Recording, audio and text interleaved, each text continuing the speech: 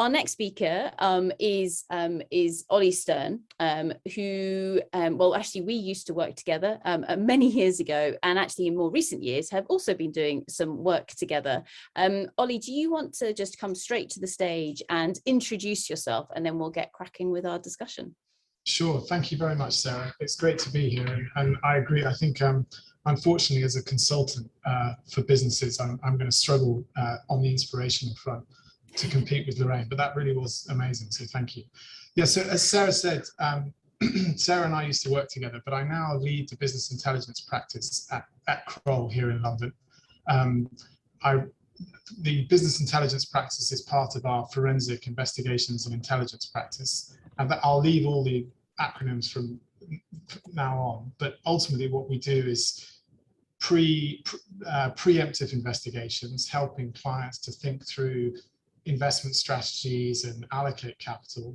We also do, the bulk of our work is reactive investigations when things start to go wrong, particularly in challenging markets, and we assist them in investigating corruption and bribery, for example, a whole range, illicit trade activity, all of those types of investigations. And then the final part of what we do is the sort of restitution of capital and the remediation. So we do a lot of asset tracing and recovery work. So, and given that we are quite emerging market focused, it's no surprise that a significant part of our client base is in the resource sector, and particularly in the mining sector.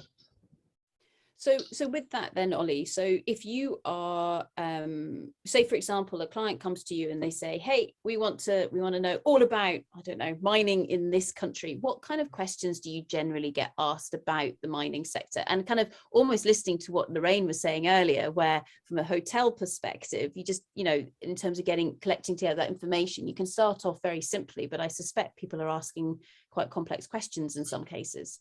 Yeah, they certainly are, Sarah, and also the nature of those questions is changing. I'd say it's changing almost on a monthly basis now. So what we used to be asked were quite superficial questions around, for example, ownership, origination of projects, the way in which licenses have been allocated, and a sort of lighter touch approach to looking at transparency issues and social issues associated with those mining projects. And that's changed over time, and it's become a lot more in-depth. And I think there's a realization that we see in our client base that sustainability, the kind of governance issues that are core to the work that we do, for example, identifying proxy ownerships or searching for UBOs and looking at the way in which licenses have been allocated. Sorry, what's a UBO? Just for our ultimate beneficial owner. Apologies. Thank you. Yeah. Okay. So a lot of that work is that there's more of a recognition that that's no longer part of just meeting your compliance obligations, that's a core function of ensuring the sustainability of your project. Because ultimately, if it's contested and it becomes fractious and difficult in terms of your stakeholder relations in the country, that has a definite feed through into the commercial success of the project. So we've really seen that increase a lot.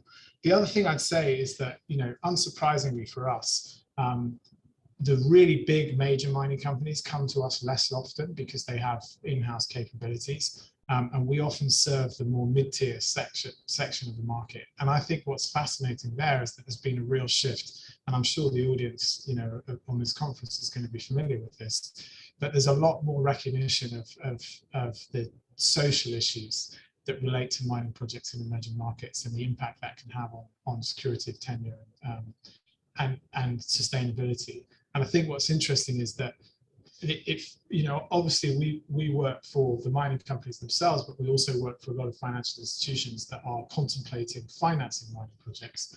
And what the recognition on the mining side is that in order to demonstrate that they've got projects that are worthy of investment, the criteria is changing. So you need to be able to demonstrate that you've done very, very analysis of the social side of the mining project.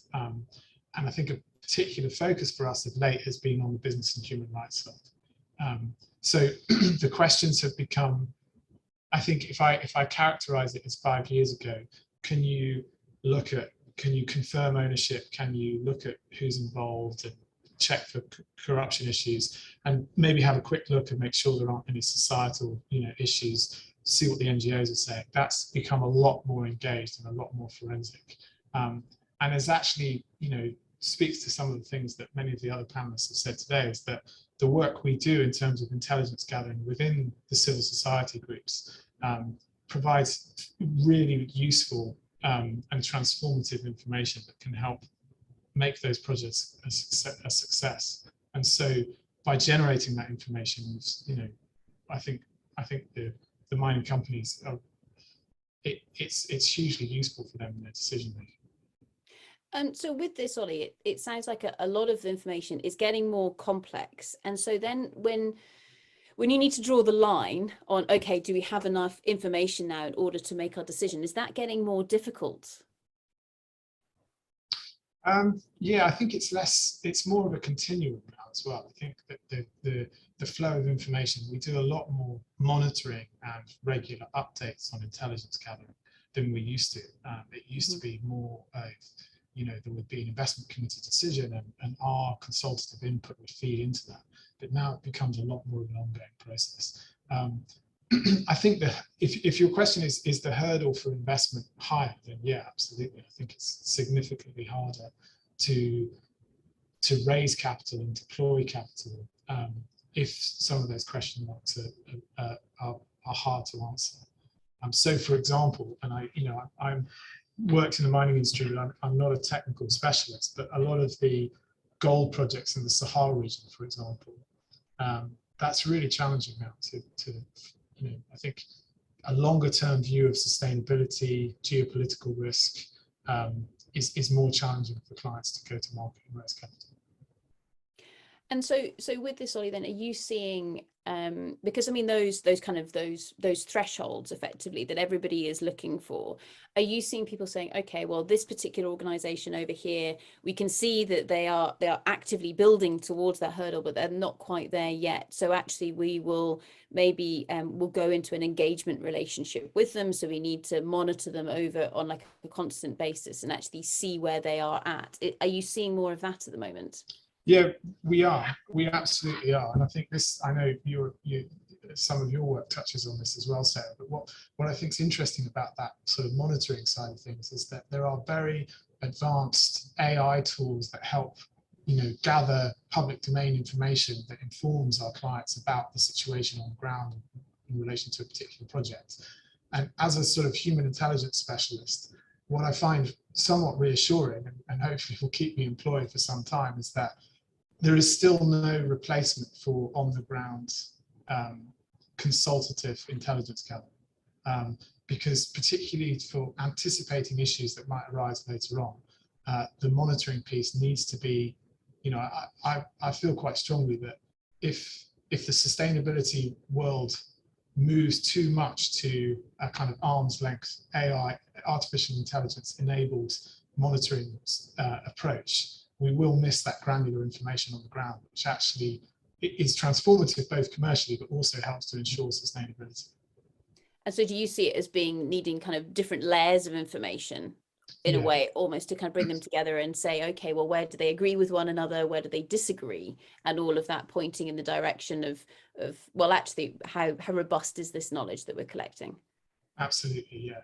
And also having a system in place that if a concern, however small it seems, is triggered by some of the tools that you can use to monitor things, that you do properly investigate those and find out what's going on.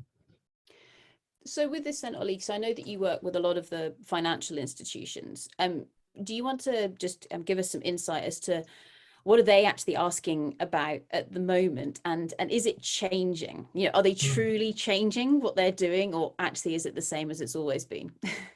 Sure. Yeah, I think it's a gradual process, and this is not some empirically evidenced view or a Kroll view. It's just my own anecdotal view and based on my interaction with clients on a daily basis. I think the key thing they're asking more and more, particularly around the origin of metals and ores that are feeding into downstream processes. I think there's a lot more recognition that both from a kind of obviously from a regulatory perspective, the situation is becoming more onerous, but also from a kind of reputational perspective, there's a lot more clarity that's required about where things are being sourced from.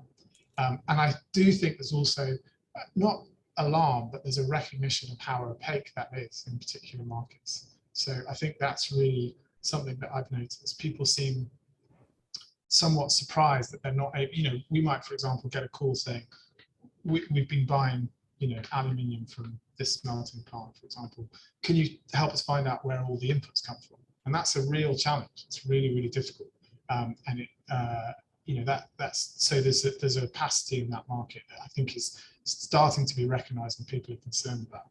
I also think the key thing, which is really encouraging, and I think Lorraine would be pleased to hear, is that we're getting a lot of interest from financial institutions who want to know about sustainability, solutions, whether it's recycling or use of tailings. And so, and I know, Sarah, that's your kind of area of expertise in a way, but there seems to be a lot of focus and a lot of capital available for innovative ways of using recycling and using minerals and ores in a more sustainable way. I wouldn't say it's hugely informed, but there's definitely interest from financial institutions.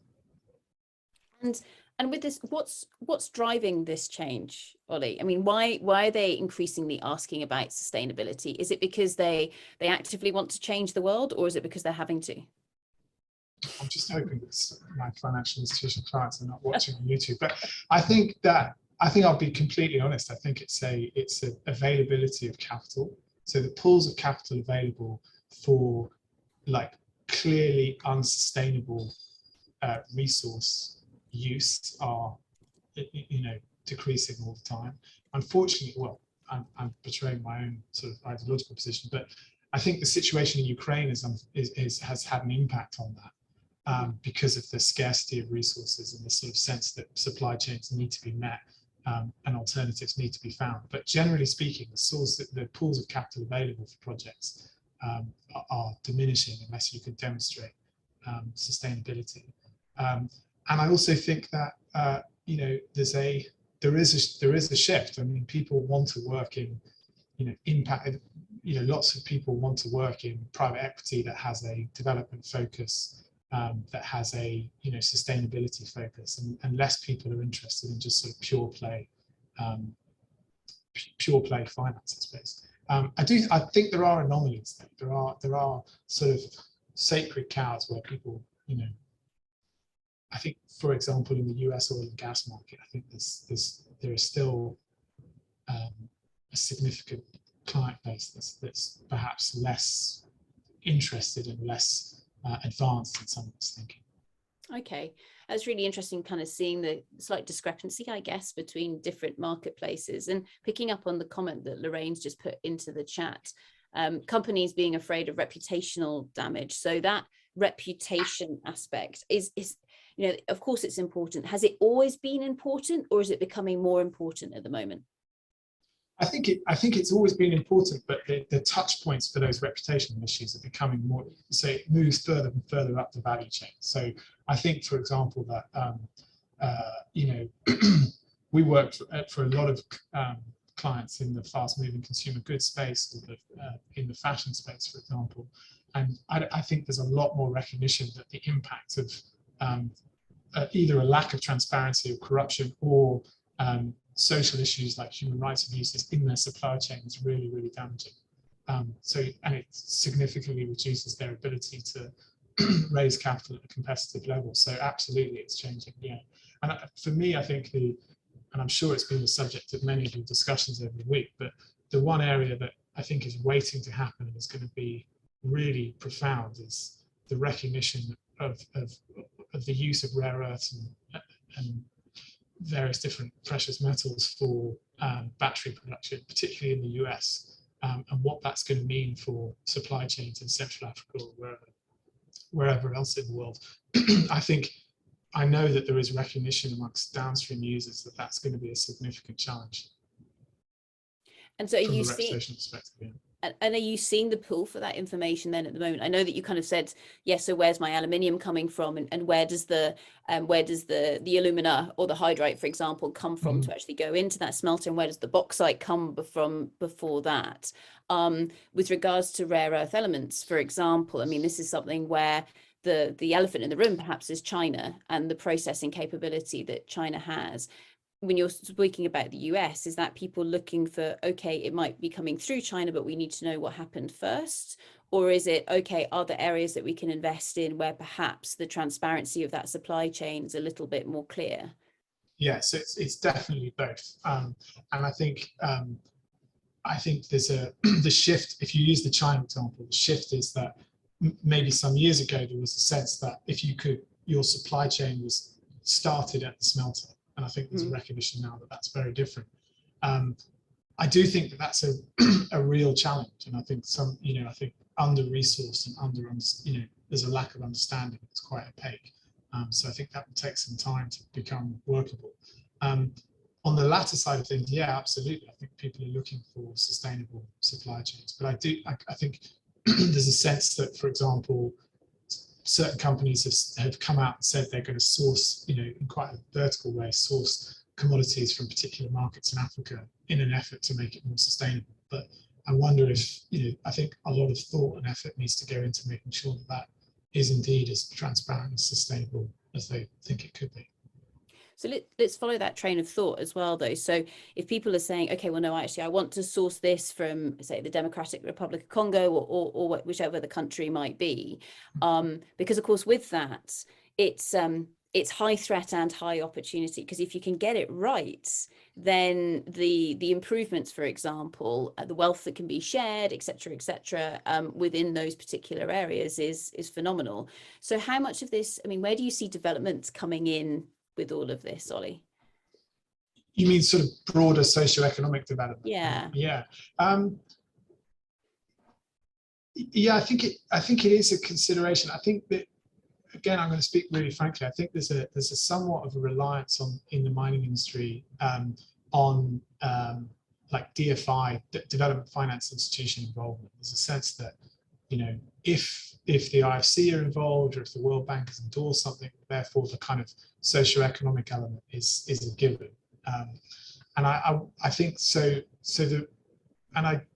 I wonder if quite enough thought has been given to, absorption capacity and sustainability from revenues in the mining sector in those markets. Because for those of us who either worked in the industry or worked around the industry for a long time, you realize that the challenge is a lot greater than just producing the revenues. So I think there's perhaps more sort of honest reflection that's required in that space, I would say. And also, it's going to be interesting to see the extent to which the multilaterals continue to support resource projects, and what kind of how much more onerous they make their criteria for involvement in those projects as well over the coming years. So with that then, Ollie, so when people are there saying, oh, it's okay, the World Bank have been involved with this, it must all be fine, you've got that sort of trust in the World Bank, but then are people then outsourcing their accountability to someone else, rather than them going, well, hang on, I'm going to go and check as well? Like, where does that balance sit? So the clients that we work for are the ones that recognize that the World Bank and whether it's let's say the Bretton Woods institutions involvement is one part of ensuring kind of stakeholder buy-in and sustainability, but it's not the be-all and end-all. And so I think we see a real difference there between some of, I'm not going to comment on those that would say, it is that they do outsource it, but I think there are still elements within the mining sector that perhaps are overly reliant on that endorsement. But obviously, the sweet spot for us as consultants, and also I think the clients that are the most informed, just see that as a part of the process, but not in its entirety. So one final question, if I may. So this afternoon, we're going to be hearing a little bit about ESG ratings and whether people trust them or whether people have problems with them at the moment.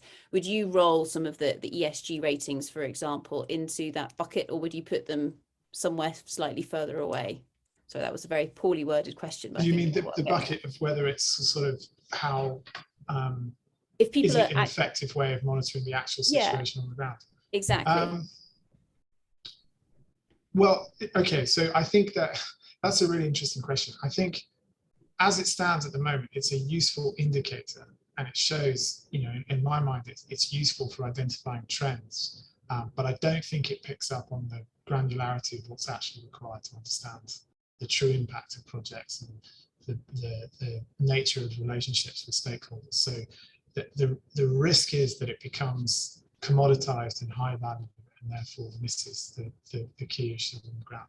However, it is a really useful tool for us. It's a very useful way of gathering huge amounts of information and triggering the escalation for further investigations. So I think it plays a role, but it shouldn't become the absolute. Yeah, brilliant. Awesome. So with that, thank you so much, Ollie, for coming and joining us here today, giving us an insight into how that business intelligence effectively and what people are looking for with regards to those organizations is changing at the moment, and all of which, of course, is leading to decisions and how people then constantly review those decisions going into the future. So, Ollie, thank you so much for joining us. Absolutely brilliant to see you. Yeah, feel free to stick around for the rest of the talks. Thank you very much. Thanks very much.